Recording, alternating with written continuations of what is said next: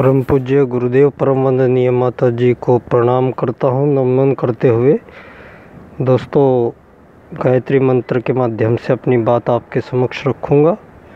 ओम भूर्भुवः स्वाहा तत्सवितुर्वरेण्यं भर्गो देवस्य धीमहि धियो यो नः प्रचोदयात्।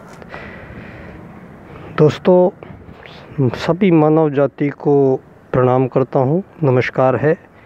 मानव जाति दोस्तों, ये कोई 21वीं शताब्दी में हम ये 2022 जनवरी 21 तारीख को मैं आपसे बात कर रहा हूँ। दोस्तों, इसका मतलब यही नहीं है कि मानव यहाँ केवल 2500 साल से है। यहाँ 5500 साल पहले तो भगवान श्री राम थे, उनके बनाया पुल आज पूरी दुनिया के सामने नासा दिखा रहा है।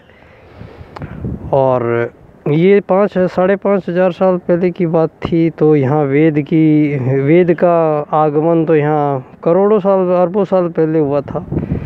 तो मानव जाति को यहाँ अभी से नहीं है दोस्तों, धरती पे मानव जाति को बहुत लंबा अरसा है, बहुत लंबा पीरियड है। तो यहाँ सब लोग मानव आता है, रहता है और चला जाता है। तो आने वाला और जाने वाला जो तत्व है वो आप हैं। तो मानव है कौन, ये सवाल पहली बार दुनिया के सामने रखा दीनदयाल उपाध्याय जी ने, वो भी राजनीतिक क्षेत्र में। मैं इसमें जब 22-23 साल पहले वो धानक्या जन्म स्थली है दीनदयाल जी की, किसी को पता नहीं था, मुझे भी नहीं पता था, बाद में पता लगा, बहुत बाद में।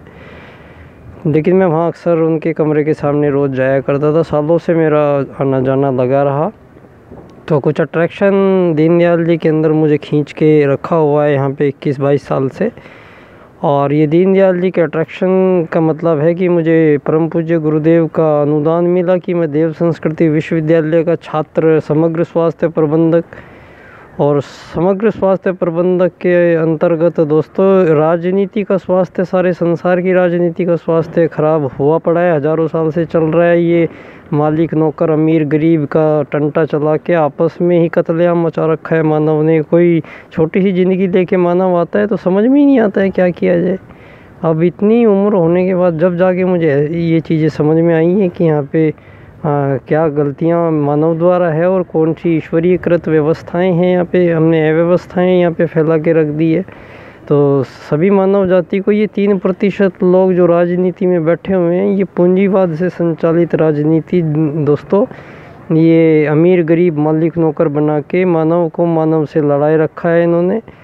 और ये पूंजीवाद की वजह से ये 2 शब्द बहुत ख़तरनाक दिए दुनिया में दोस्तों, आज़ादी नहीं हो सकती है मानव की, मानव से कोई आज़ादी नहीं हो सकती। और सारी दुनिया 1000 साल से आज़ादी के लिए कत्लेआम खून बहाए जा रही है दोस्तों। ये सारी आज़ादियों का तोड़ आप सीमा रेखाएं खींच के, अवैध अतिक्रमण है ये धरती का।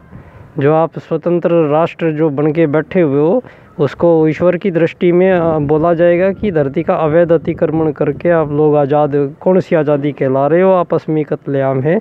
इतना बड़ा मूर्ख इंसान है कि आपस में कत्लेआम करने की कोई वजह नहीं है दोस्तों। यात्री हैं सब, ईश्वर का अंश सब में परमात्मा बराबर है। तो कोई छोटा बड़ा अमीर गरीब मालिक नौकर कैसे हो सकता है? ये व्यवस्थाएं गलत है, यहाँ पे सब व्यवस्थाएं आपने गड़बड़ की हुई है। हमारे वेद ज्ञान का तिरस्कार का परिणाम, दुष्परिणाम रहा। ये धरती के पहले राजा मनु थे दुनिया में, मनुवाद पहला राजनीतिक दर्शन। हमने धर्म अर्थ काम मोक्ष पाने के लिए मानव जीवन का लक्ष्य तय करके आता है दोस्तों। ये मानव कोई यहाँ पे जो आपने इस लक्ष्य को बदला है, जो मोक्ष प्राप्ति को तो भुला ही दिया गया। आपने धर्म को नहीं छोड़ा, अधर्म कर दिया दुनिया में, अर्थ का अनर्थ कर दिया, काम का भोग बना दिया। आज एक नया विभाग बना दिया दुनिया में भोग का, और मोक्ष को आप मानते नहीं। तो दोस्तों, रोटी कपड़ा मकान हमारा लक्ष्य कभी नहीं हो सकता है। ये आपने बहुत सालों से हमारी मानवीय गरिमा के साथ खिलवाड़ है, ये आपकी बनाई हुई गई राजनीति से। ये 3% लोग जो राजनीति भी देखी जाती है, आपने तो प्राइवेट सेक्टर और धरती पे भगवान को और पैदा कर दिया है।